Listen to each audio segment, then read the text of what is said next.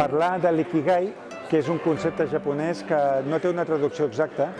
però es pot dir com raó de ser, raó de viure, el motiu pel que et lleves pel matí. I avui hem parlat una mica sobre la filosofia i la saviesa